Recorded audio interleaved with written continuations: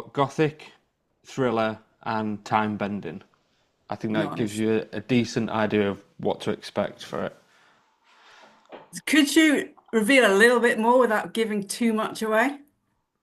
Yeah, so it's kind of it's a time bending thriller in Gothic style, hence the three words.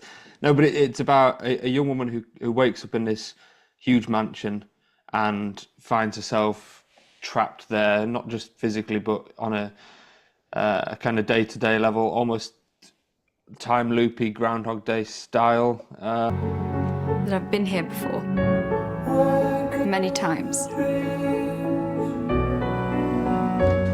Bad dreams. That's all they are. We don't want to give too much away because it's one of those films where you're trying to work out what's going on right up until the end. So it's hard to describe it without spoiling it. But yeah, there's think Groundhog Day meets The Others if you've watched that, and maybe some kind of Dracula themes in there as well.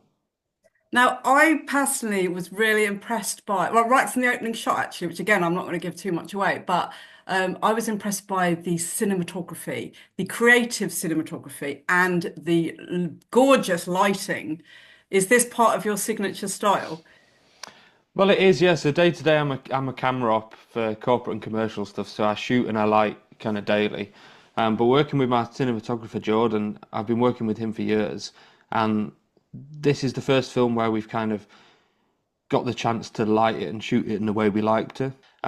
But this film, we wanted to shoot it how we really like to shoot stuff, which is slow, deliberate, lit particularly, but in a way that it feels like it's just daylight blasting through windows, and it doesn't necessarily look like it's kind of photo shoot lighting, but obviously it's beautiful lighting. But we wanted to feel like it was just daylight blasting through in these kind of huge Gothic rooms and mansions. So Is the driver around?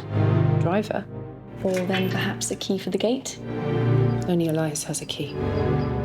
She told you about me. Aye, All good things, I hope. not quite. Can I ask where it was shot? Because I think the house itself is worth going along to see the film. yeah, that house is worth going to see. It's good that you say that. It's three houses actually that are combined together. Ah. So I'm glad that you didn't pick up on that. No one else has yet, which is good. Obviously, if you listen to this, you'll be spotting it now. But yeah, it's three houses. So the exterior one, which is like the kind of main one, the grandest, is Allerton Castle near York, and that's a wedding venue typically. And then a smaller house, well, slightly smaller, it's still pretty pretty impressive for the reception rooms and the bedrooms, was up in Hartlepool, Castle Eden. So these are all the clever tactics that, behind the scenes. What was your kind of vision for the film? What was your, like, what unique angle did you want to bring to it? It's what we were trying to make going into it was the sort of film where you're confused but compelled all the way up to the end, and then you think, "Oh my God, it's obvious! It is so obvious!" And then when you watch it again, you can't believe that you didn't work it out on the first watch. Stuff like, especially early M. Night Shyamalan films, where you're just waiting for the kind of twists and turns to come, and then by the end, you just think, "There's no other answer. How did I not see that before?" And so that's what we were trying to do with this one, in laying out lots of clues, lots of twists and turns, and there's clues in there that people haven't noticed. There's kind of fairly obvious clues, and so it's just one of them where you're scrambling for answers until the end, and then you just want to watch it again in a You totally have to keep different light. watching, don't you? I literally just had to just sit there watching it, just waiting to kind of try and work it out. Where can people go and see it?